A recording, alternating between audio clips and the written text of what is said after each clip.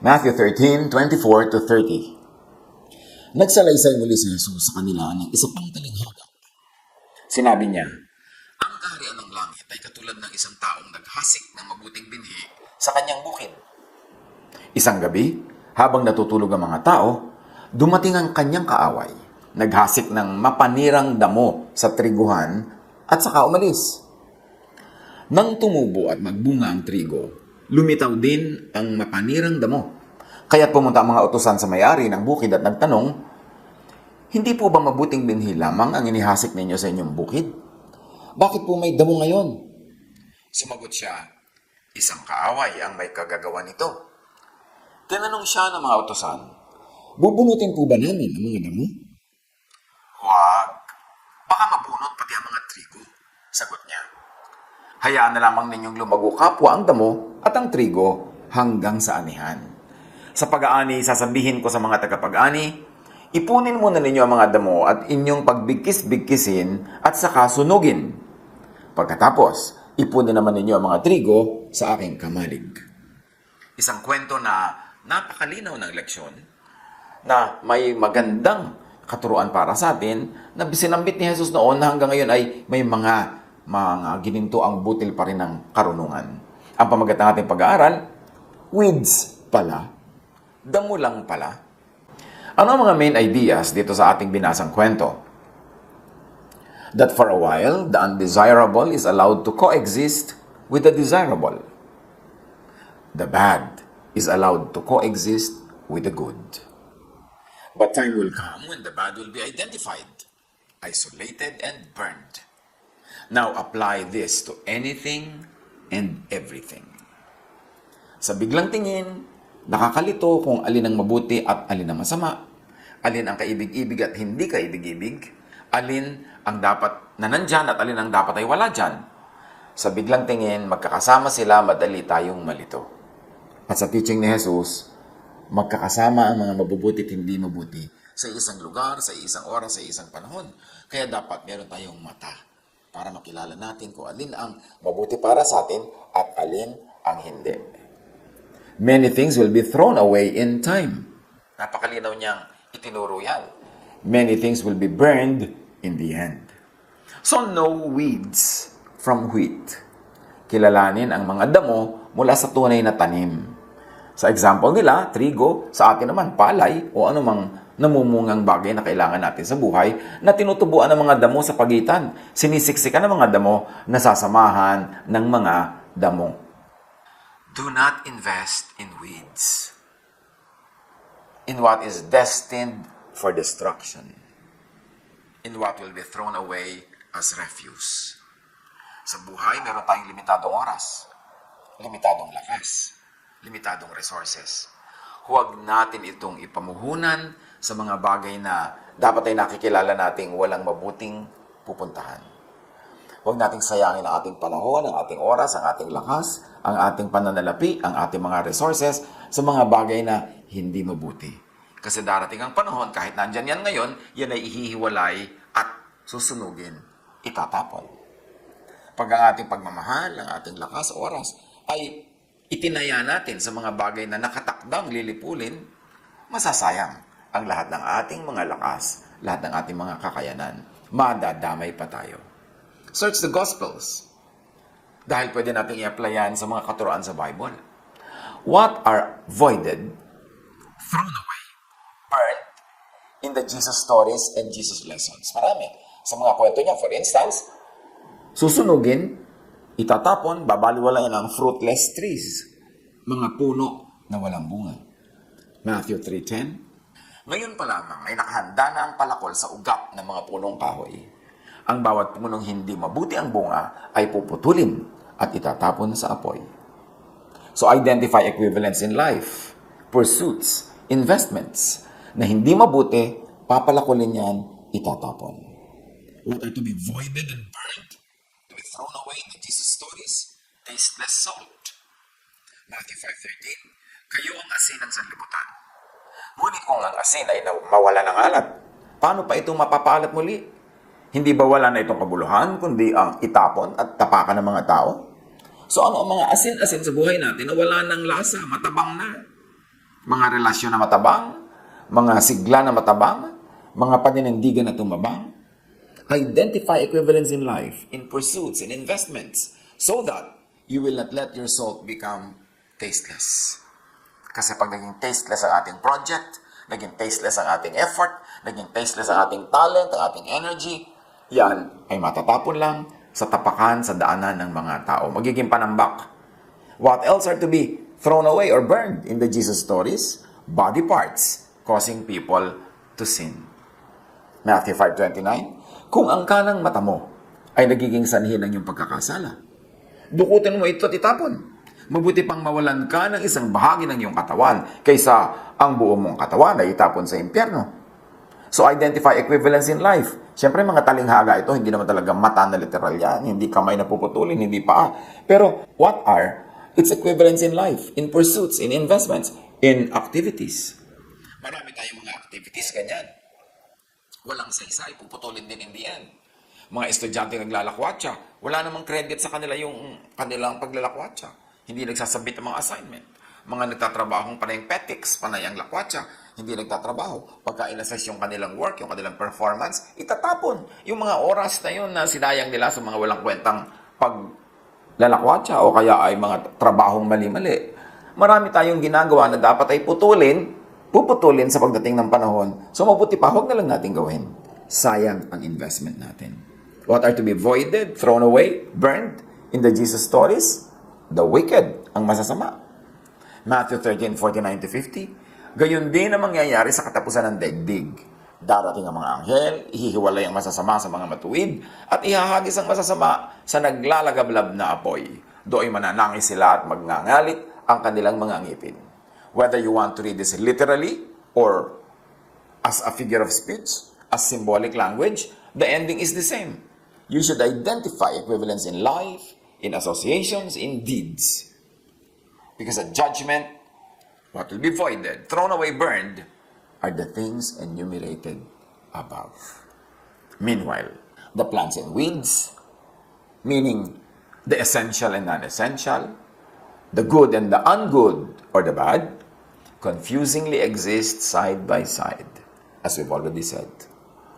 Magkakatabi, nakakalito, nanglilito. So alin dyan ang iyong aalagaan? Meron nag-aalaga ng damo, hindi ang alagaan yung trigo. Meron nag-aalaga pala ng makamandag na mga ahas, imbes ang alagaan ay isda na pwede niyang pakinabangan at kainin.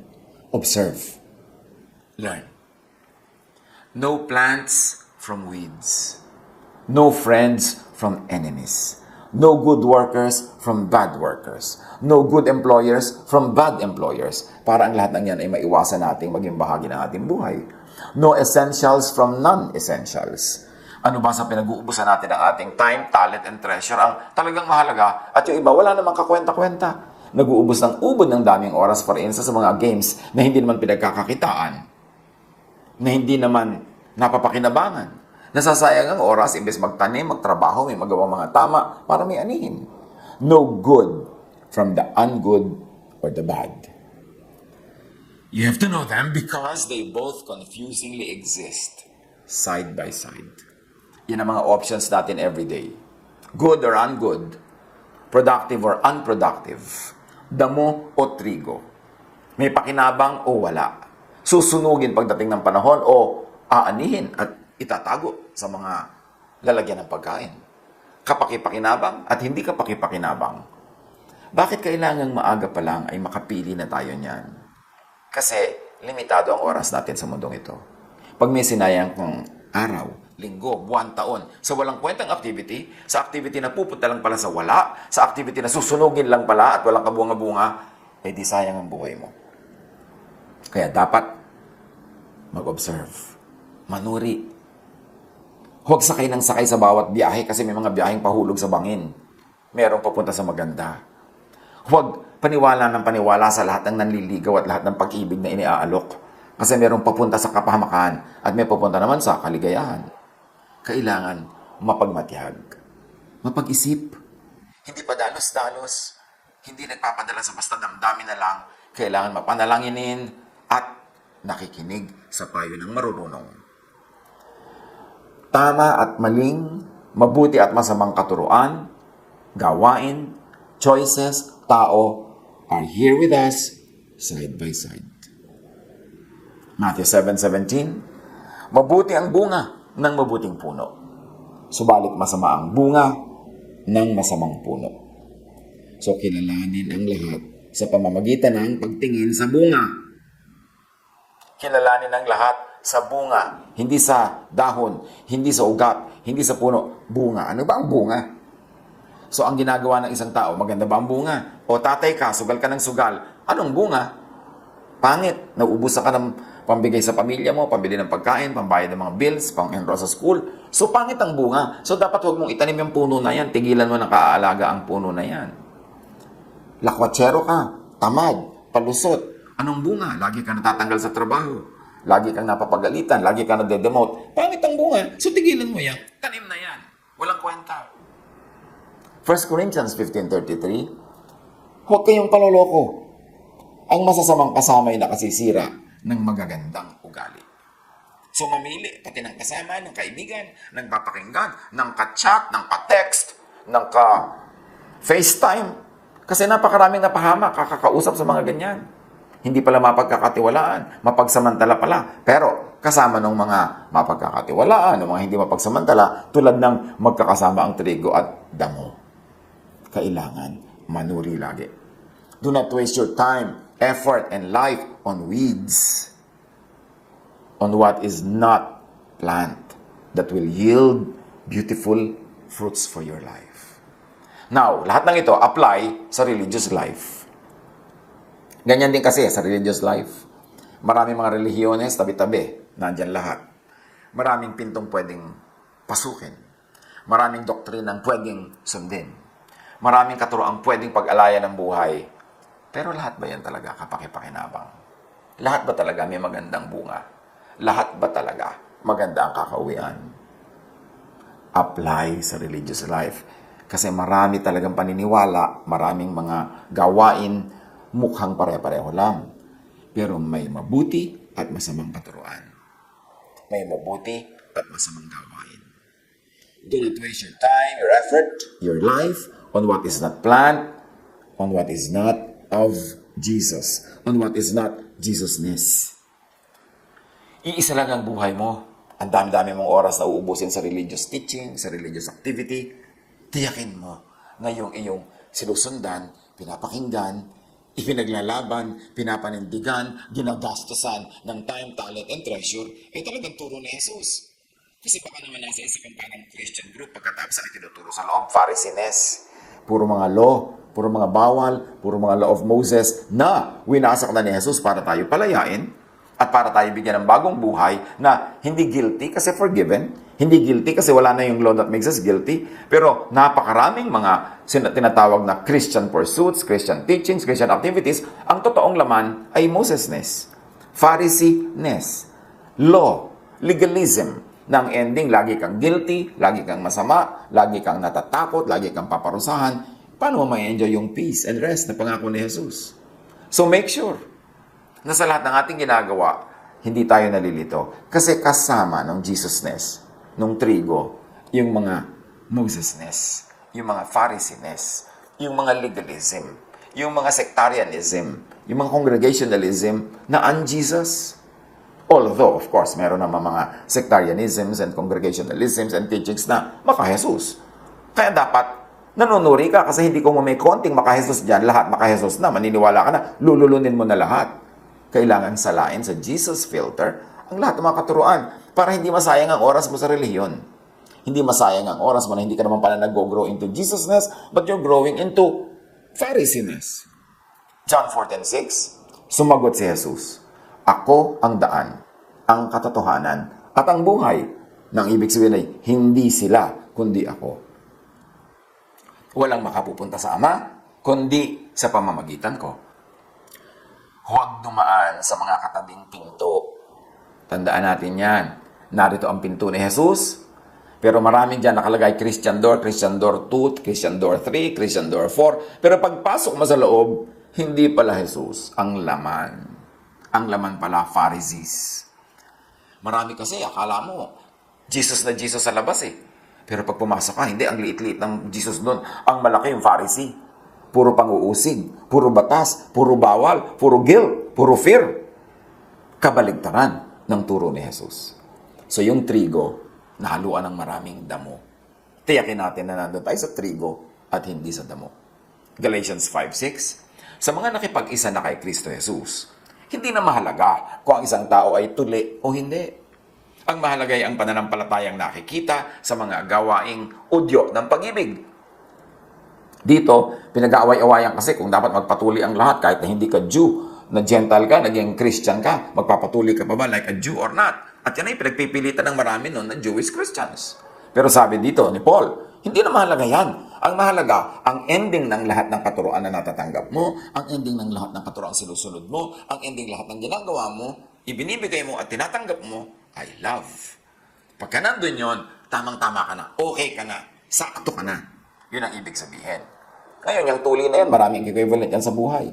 Maraming napaka-concerned about anong kakainin mo, anong isusuot mo, anong hairstyle mo, ano ang mode ng iyong baptism, ano ang mode ng iyong pagkain ng mga Lord's Supper, kailan ka sasamba, anong araw. Yan ay pinag-aaway-awayan tulad ng tuli. Pero ang sabi ni Paul, pag i-apply natin dyan, ang mahalaga ang ending ay ito, loving ka ba? At ang natatanggap mo ba sa kapatiran ay love din? Kasi kung hindi ganun ang ending, sayang ang lahat ng pag-aaway, pag-aaral, at pagtatalo-talo tungkol dyan sa law, tungkol sa mga regulations and ordinances. Huwag sumali sa hindi maka-Jesus. Sa hindi maibiging gawa. Huwag sumali sa mga mapang-away, mahilig makipagtalo, mahilig magaling, na laging ginajudge ang iba, laging mali ang iba, nililibak at pinagtatawanan, at itinataas lang ang sarili. Hindi ganun ang maka-Jesus na katuruan. Huwag sumali sa mga maka-Pharisee na gawa. Yung mahilig sa self-righteousness, mahilig sa judgmentalism, at sa pagpaparusa sa kapwa na itinuturing nilang hindi nila kasing banal. Romans 13:9. Ang mga utos gaya ng huwag kang mangangalunya, huwag kang papatay, huwag kang magnanakaw, huwag mong pagnanasaang maangkin ang pag-aari ng iba, at alinmang utos sa tulad ng mga ito, ay nauuwing lahat sa iisang utos. Ibigin mo ang iyong kapwa gaya ng pag-ibig mo sa iyong sarili. So sabi ni Jesus, ang lahat ng second part ng kautusan, kasi yung first part, love God, ang lahat ng second part is just love others. Be considerate, be kind, be merciful, be just. Sabi ganun, ang lahat ng ito, ang ibig sabihin lang, love others. So when you love, nagawa mo na lahat ng kautusan kahit hindi ka gumawa ng mga detalye na yan kasi ang mahalaga yung overarching, yung overall teaching which is to love. So kung loving ka, tuli ka o hindi, mahal ka ng Diyos. Kung loving ka, ano man ang kinakain mo, ano man ang sinusuot mo, ano man ang haba ng iyong buhok, mahal ka ng Diyos. Kasi ang lahat ng tunay na gustong tumbukin ng mga kautusan na yan, maging loving ka. Pero kung sa pagsunod mo ng mga kautusan, sa pagpapairal mo ng mga kautusan, ay baligtad ang nangyari, hindi ka naging loving, naging hateful ka pa, naging self-righteous ka pa, at nananakit ka pa, nang babatok hanggang mamatay, di na-defeat yung purpose ng law, which is to love. So be masters of love and loving. Huwag sumunod sa hindi maibiging application ng law. Kasama doon sa mga trigo ang mga damo. So kasama sa mga magagandang turo ni Jesus, yung mga turo ng mga Pharisees. Paano malalaman? You will know them by their fruits, diba? So pag in-apply mo ang isang katuruan, pinairal mo ito, ang resulta ba ay love, peace, rest, o hindi? Kasi kung hindi, hindi yan kay Jesus, huwag pagsayangan ng panahon. Do not waste your time, effort, life on what is not love. On what is not loving. Romans 13:10, ang umiibig ay hindi gumagawa ng masama kanino man, sapagkat ang pag-ibig ang siyang katuparan ng kautusan. So lahat ng kautusan na yan, marami nakakalito, isa lang dapat ang ending, naging loving ka. At ikaw naman, isa din ang ending sa'yo, tumanggap ka ng love. So pagka hindi love ang ibinibigay mo sa kapwa sa pagsunod mo sa mga kautusan, pag hindi love ang natatanggap mo sa mga kapwa na sa tingin nila sumusunod sila sa kautusan, mali ang ating application. Sayang. Kasama yan sa mga damo na susunugin. Itatapon pagdating ng oras. Hindi mo halata ngayon kasi katabi ng trigo, pero darating ang panahon, lahat ng un-Jesusness ay susunugin lamang. Kasi sabi ni Jesus, I am the way, I am the truth, I am the life, no one comes to the Father but by me. So kung hindi yan sa pamamaraan ni Jesus, hindi sa pamamaraan ng Jesusness, at kabaligtaran pa, Pharisees pa, ang destino niyan, ang pupuntahan niyan ay apoy. Huwag magsayang ng oras, panahon sa ganyang uri ng religiosity. Do not waste your time, effort, and life on weeds, on the law, on Pharisees. Kasi yan ay kontra kay Jesus. Matthew 7:12, gawin ninyo sa inyong kapwa ang nais ninyong gawin nila sa inyo. Ito ang buod ng kautusan at ng mga isinulat ng mga propeta. So, gusto ba natin tayo binabato pag tayo nagkakasala? Hanggang mamatay, ha? Kung ayaw natin, bakit tayo nang babato ng iba? Na sa tingin natin na nagkakasala. Ganun lang yun kasimple. Romans 2:12, ang lahat ng nagkakasala na hindi saklaw ng kautusan ni Moises ay paparusahan, ngunit hindi batay sa kautusan yon. Subalit ang lahat naman ng nagkakasala na saklaw ng kautusan ay hahatulan batay sa kautusan. Now, aside from the 10 commandments, there are 613 other minor commandments called misbots. Pagka ipinailalim mo yung sarili sa mga batas ni Moses at sa batas ng Israel at sa batas ng Judaism na yan, by that same batas, doon ka lilitisin, doon ka susukatin at titimbangin, papasa ka ba? Yung mga mahilig mang bato sa iba ng mga laws, ng mga requirements, ordinances, verses, pag ba ikaw ang tinabunan ng mga batong yan at ibinadto sa iyo lahat, makakaahon ka ba? O makakailag ka ba? O dahil sa kabanalan mo ba'y hindi ka tatamaan? O tatamaan ka rin? So kung tatamaan ka rin ng mga batong yan, bakit mo ibinabato sa iba? Bakit mo ipinupukol sa iba? Eh sabi ni Jesus, kung ano ang gusto mong gawin sa ilang kapwa, yun ang gawin mo sa kanya. Ayaw mong batuhin kanya, hindi huwag ka rin mambato. Bakit ba pambabato ang nagiging bunga sa atin ng sobrang pag-aaral ng mga verses? Bakit ba pambabato, pagmamataas sa sarili, panghamak sa kapwa, paghiwalay sa kapwa, ang nagiging bunga ng pag-aaral ng mga verses? Kasi ang mga verses na sinasamba, ang mga verses na itinatanghal, ay mga law. Verses ng law, hindi verses na Jesus, hindi verses ng love. Kahit naman sa New Testament, may marami mga leaders dyan, nasa Christianity na, pero marami pa rin silang Pharisaic at marami pa rin silang Jewish beliefs. Yung mga Judaizers na ipinagpipilitan yung tuli, ipinagpipilitan yung butong kainin, ipinagpipilitan nilang isingit sa new faith na Christianity, yung mga old laws and systems ng Judaism. Sa New Testament mismo, recorded yan. Kaya awayan ang awayan yung mga leaders dyan. Tapos hanggang ngayon, yan pa rin ang nangyayari ngayon. Ang dami-dami, akala nila Christian sila. Ang dami akala nila nasa Christian congregation sila. Pero pag tiningnan nila yung practices, tiningnan nila yung mga regulations, tiningnan nila yung prevailing atmosphere, no. Pharisaic pala. Or nasa Jewism pa pala sila. In fact, marami nga, openly, gustong bumalik sa Judaism. Eh di babalik ka sa mga law, babalik ka sa mga ritual. Bali wala ang kamatayan ni Jesus. Bali wala ang pagpapalaya ni Jesus. Kaya kilalanin ang damo sa trigo kasi magkakahalo yan, magkakasama. Acts 13:39. At ang lahat ng sumasampalataya sa Kanya ay pinapatawad na sa lahat ng pagkakasalang hindi na ipatawad sa inyo sa pamamagitan ng pagtupad sa mga kautusan ni Moises. Maraming kasalanan hindi pwedeng mapatawad kung magpapailalim ka sa kautusan ni Moises. Kaya yan ay winasak na ni Jesus, pinalaya tayo para hindi na tayo kailangang maging alipin, hindi na tayo kailangang magpakahirap sumunod, at hindi na tayo kailangang maparusahan o matakot pa ng kaparusahan. Do not waste your time, effort, and life on works that are of no value or of low value and low quality. Sabi ni Paul sa 1 Corinthians 3:10-15, ayon sa kagandahang loob ng Diyos sa akin, inilagay ko ang pundasyon tulad ng isang mahusay na tagapagtayo. Iba naman na nagpapatuloy sa pagtatayo ng gusali.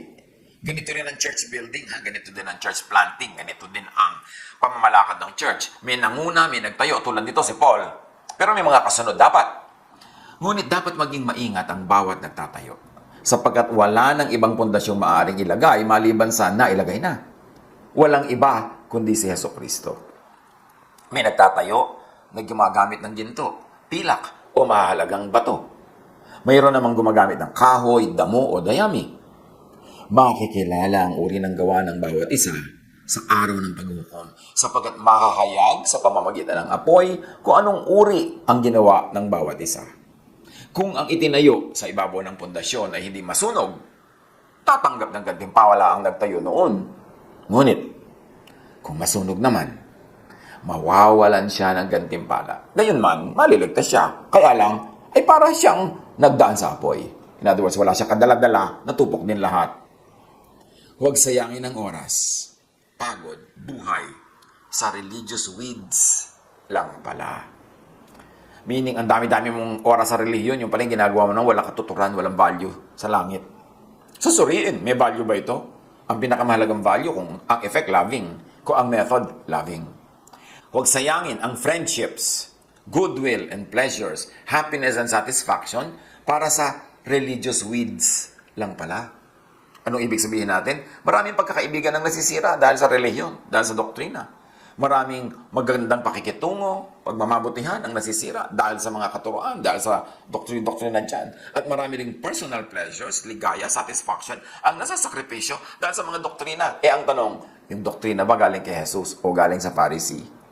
Yan ba ay trigo o damo? Huwag magsayang sa mga bagay na weeds lang pala. Damo lang pala. Tutupukin lang pala. Itatapon lang pala. So, suriin natin ang ating practical life, spiritual life, religious life. Kasi dyan, maraming tama, maraming trigo, pero maraming nakasingit na damo. Piliin kung alin ang didiligan, piliin kung anong aalagaan, piliin kung anong kakampihan, at pagbubuhusan ng panahon, ng oras, ng lakas. Kasi merong mga lugi ka pagka doon ka tumaya, at meron namang panalo ka. Tiyakin na tayo ay nakaayon, sumusunod, sumusuporta, nabubuhay sa Jesusness. Hindi sa Pharisees. Hindi sa legalism. Hindi sa religious zealotry, kundi sa love. Because love is the fulfillment of all the law. Yun ang trigo. All others, weeds lang pala. Pag-aralan. Hanapan ng mga practical application sa buhay. God bless us all.